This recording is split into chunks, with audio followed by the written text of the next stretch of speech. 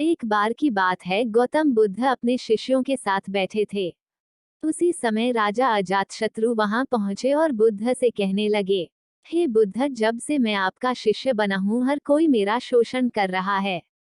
आपका शिष्य बनने से पहले सभी लोग मुझसे डरते थे, क्योंकि उस वक्त मैं बहुत कठोर था और मैं किसी को मौत की सजा देने से पहले एक बार भी नहीं सोचा करता था। लेकिन आपका शिष्य बनने के बाद मेरा किसी को दंड देने का मन नहीं करता और ना ही मुझे गुस्सा आता है। मैं शांत हो गया हूँ और सभी को दया भावना से देखता हूँ। लेकिन कुछ लोग मेरे इस बदलाव का अनुचित लाभ उठा रहे हैं और इसने मेरे राज्य के लोगों को भी एक तरह के खतरे में डाल दिया है। कृपया आप मुझे बताएं कि मुझे अब क्या करना चाहिए। राजा अजातशत्रु की यह बात सुनकर गौतम बुद्ध उन्हें एक कहानी सुनाते हैं और कहानी कुछ इस प्रकार है। एक बार एक बड़े पेड़ के नीचे एक जहरीला सांप रहता था। पेड़ एक गांव के पास में एक कोने में हुआ करता था। वहां अक्सर सुबह शाम लोग बैठक लगाते थे और खूब बातें करते थे।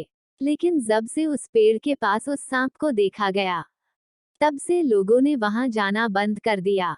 लेकिन कुछ लोग तो जानबूझकर वहां सांप को देखने आया करते और उसे छेड़ा करते।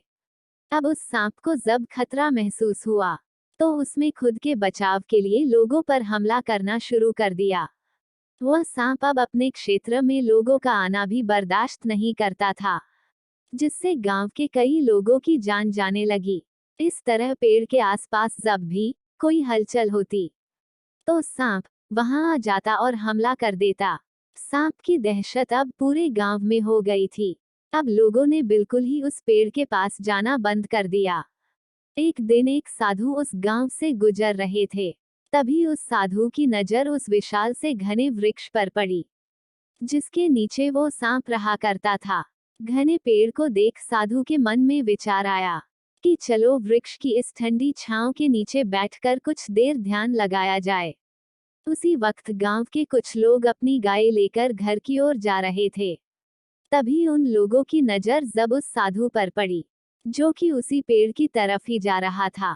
तभी लोगों ने उस साधु को सांप के बारे सावधान करते हुए कहा कि आप उस पेड़ के पास मत जाना। वहां एक जहरीला सांप रहता है, जो जरा सी हलचल होने पर हमला कर देता है और अब तक कई लोगों को काट भी चुका है।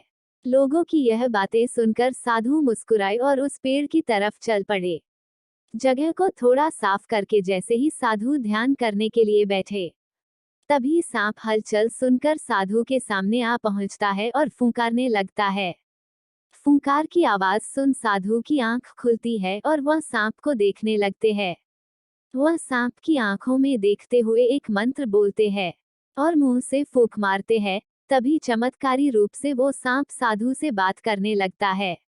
अब दोनों एक दूसरे की भाषा को समझ सकते थे। सांप साधु से कहता है, हे मनुष्य, क्या तुम मुझसे नहीं डरते?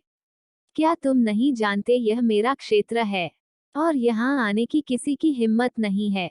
साधु ने करुणा से कहा, मित्र, इसमें डरने की क्या बात है? मैं किसी चीज से नहीं डरता, क्योंकि जब मैं जीने का लोभ ही नहीं रखता तो मृत्यु से क्या डर।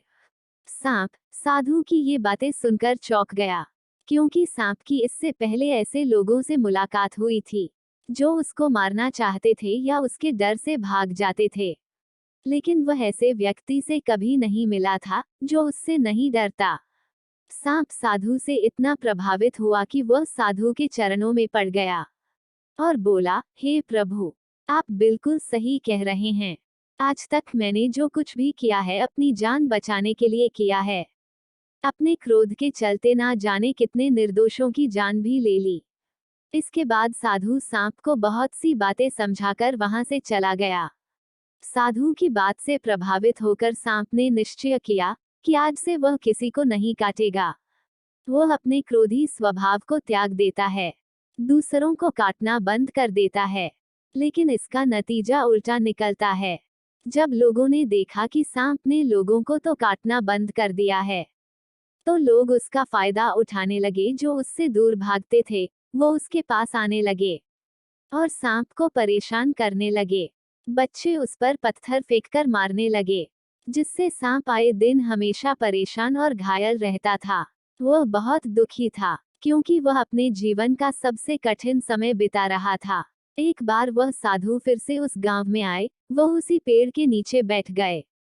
तभी साधु की नजर जब दयनीय हालत में पड़े उस सांप पर पड़ी, तो साधु ने उस सांप से पूछा कि मित्र, तुम्हारी ये हालत कैसे हो गई? तुम इतने घायल और इतनी दयनीय स्थिति में कैसे आ गए? सांप ने कहा, जब से आपने मुझे अपने हिंसक स्वभाव को छोड़ने के लिए कहा है, तब से मैंने निश्चय किया कि अब मैं किसी पर हमला नहीं करूंगा। मैंने क्रोध करना छोड़ दिया और शांति को अपना लिया, जिसका नतीजा ये हुआ कि लोग मुझे परेशान करने लगे, दुर्व्यवहार करने लगे। कोई पत्थर से मरता है तो कोई डंडे से पीट कर चला जाता है।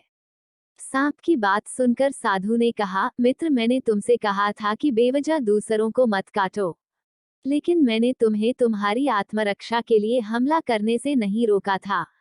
कहानी सुनाने के बाद बुद्ध ने राजा से कहा, हे राजन, तुमने भी मेरी बात गलत तरीके से अपनाया। मैंने आपसे अपने कर्तव्य को छोड़ने के लिए कहा था, किंतु आप अपने कर्तव्य से भी विमुख हो गए। आप एक राजा है, अतः पूर्ण रूप से साधु की तरह व्यवहार करना आपको खतरे में डाल सकता है। तुम्हें सिर्फ अंदर से साधु की तरह रहना था और बाहर से राजा की तरह, ताकि जरूरत पड़ने पर खुद की, प्रजा की और राज्य की रक्षा कर सको। दोस्तों, बिल्कुल ऐसे ही जंगल में होता है जो सबसे सीधा पेड़ होता है, उसको सबसे पहले काटा जाता है, और यही कानून दुनिया के लोगों पर भी लागू होता है। अच्छे, भोले लोगों का खूब फायदा उठाया जाता है। अच्छे लोगों को जिंदगी में अनेकों दुखों का सामना करना पड़ता है, इसलिए कभी किसी को अपना फायदा मत उठाने दो। लोगों को उनकी मर्यादा में रखने के लिए खुद को परिस्थिति के अनुसार बदलना सीख जाइए, अन्यथा आपका हाल भी उस राजा व सांप की तरह हो जाएगा।